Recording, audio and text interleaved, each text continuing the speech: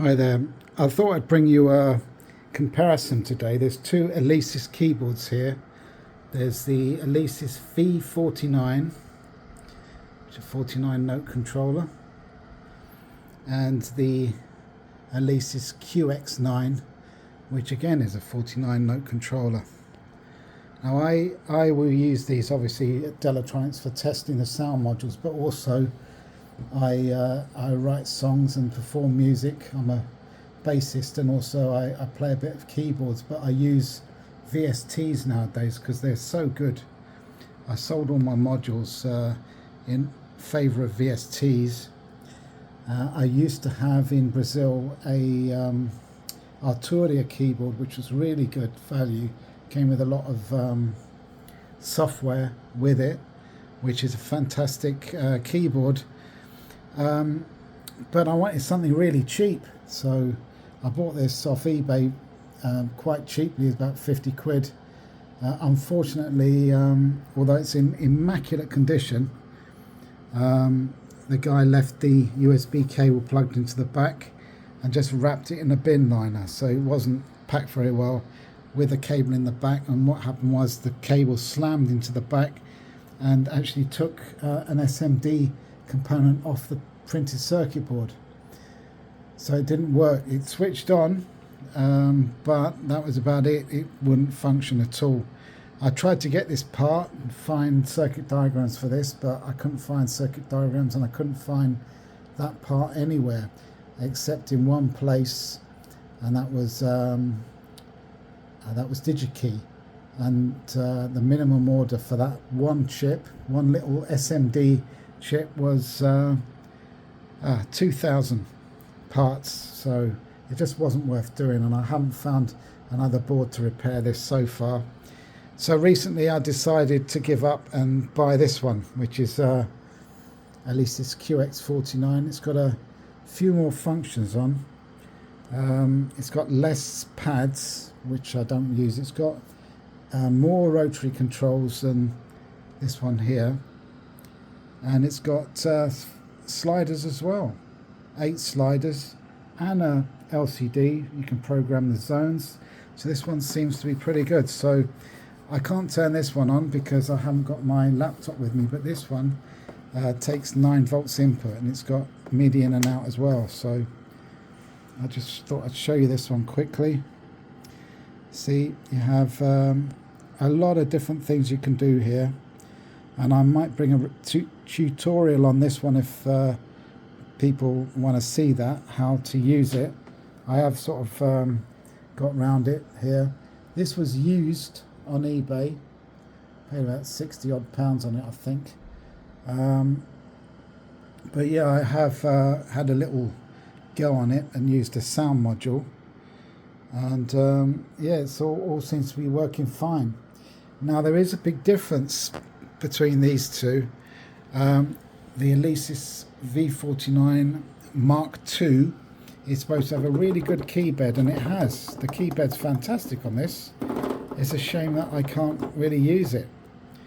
This, however, is not as good. I don't know. I can't explain it, but it's not as good. It's a bit reluctant to come up, whereas this is much faster acting.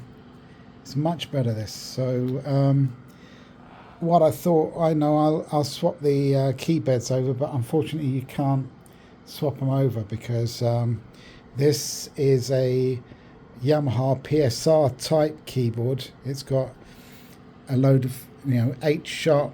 It's got all the sharp notes, an octave worth, and an octave worth of keys, and they're all pre-molded and joined together. So if one of these keys goes, you have to change all of the white key assembly for that octave. So it's one of the cheaper style keyboards, although it feels really good.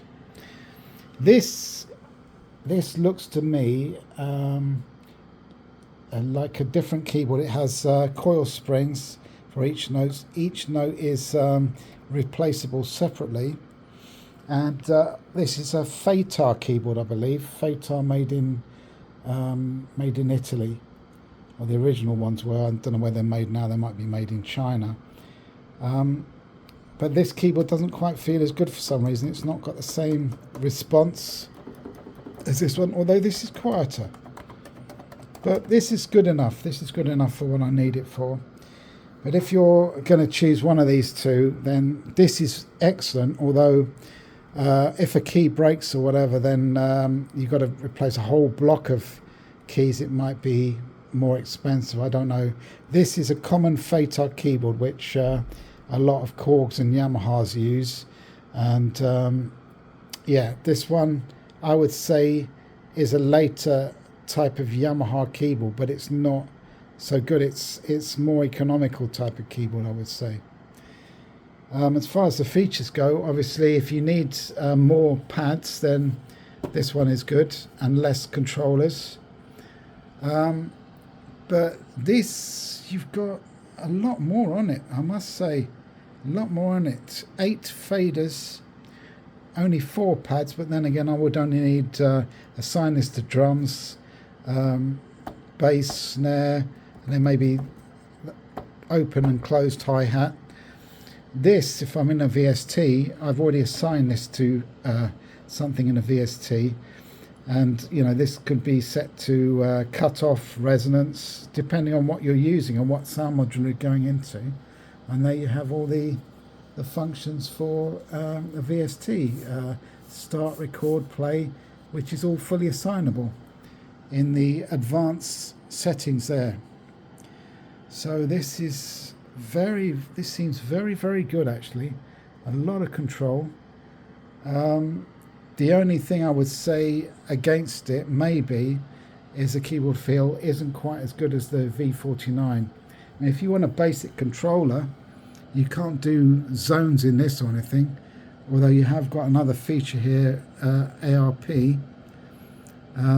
which is pretty good. You've got tap tempo there as well, but then again you can assign one of these to tempo, or you can assign probably tap tempo on one of the pads as well. So this is a lot more, has a lot more features. You see advanced, you've got zones.